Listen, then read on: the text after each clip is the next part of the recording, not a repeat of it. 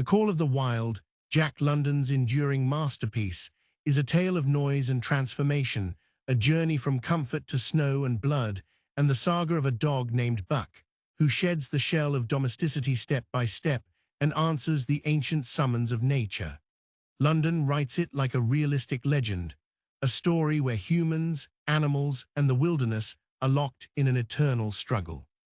Lord of the Santa Clara Valley. In the green Santa Clara Valley, on the splendid estate of Judge Miller, lived a dog whose fate seemed to promise nothing but ease and sovereignty. His name was Buck, a massive creature of St. Bernard and Scotch Shepherd blood. Children rode on his back and he patiently endured their play. Gardeners and ranch hands treated him with respect, and his life held nothing but comfort and quiet pride. Buck considered himself not merely a dog, but the true king of the judge's domain.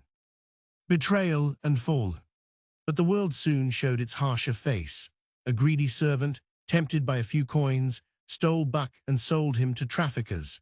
Caged in a cramped iron crate, he began a fearful, bewildering journey. For the first time, a collar and chain bit into his neck and freedom was gone. At the training station, a man with a red club taught him the new law of this harsh world, the law of club and fang. Into ice and blood. Buck was hauled north to frozen Alaska. Bitter cold, endless snow, and the terrifying cries of sled dogs greeted him. Gone were soft beds and ready meals. Now a scrap of dried meat and a brief sleep in the snow were all he could claim. He had to learn fast, gulp food before others stole it, dig a nest in the drift to stay warm, and fight without fear. Deep ancestral instincts, wolfish and wild, stirred awake.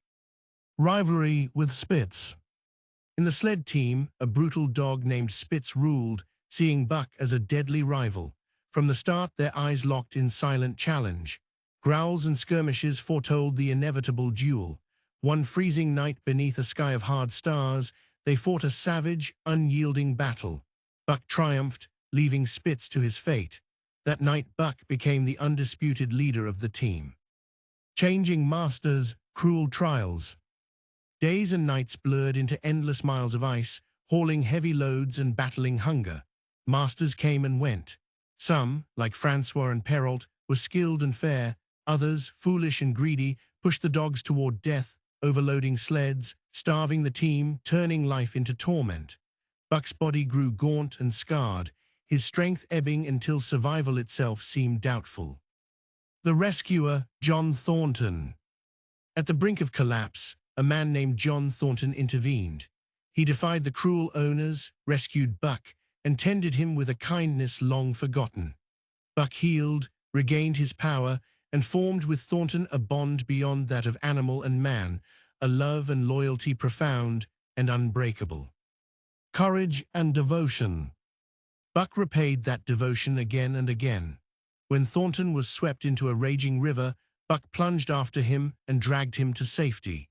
In a famous wager, Buck performed the impossible, starting and hauling a sled heavier than anyone dreamed, winning a fortune for his master and earning near-mythic renown. The mysterious call of the forest.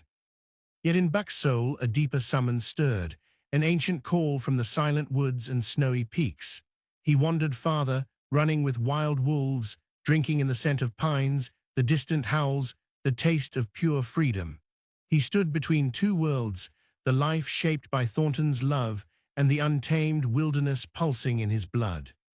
Tragedy and release. Fate struck once more. A band of native hunters raided the camp, killing Thornton and his companions. Returning late, Buck found only their lifeless bodies. Grief gave way to fierce vengeance. He attacked the raiders, leaving fear and death in his wake. With Thornton gone, Buck's last tie to humankind was severed. From then on, he belonged to the wild. He joined the wolf pack and became their leader. Among the native people, a legend spread of a great, powerful ghost dog who had once lived with men but now roamed free, a magnificent spirit of the forest. The Call of the Wild is more than the story of a dog in the frozen north. It is a parable of return to the eternal instincts and the primeval voice of nature. Through Buck's journey, Jack London shows that no chain lasts forever and no song echoes louder than the timeless call of the wild within every living soul.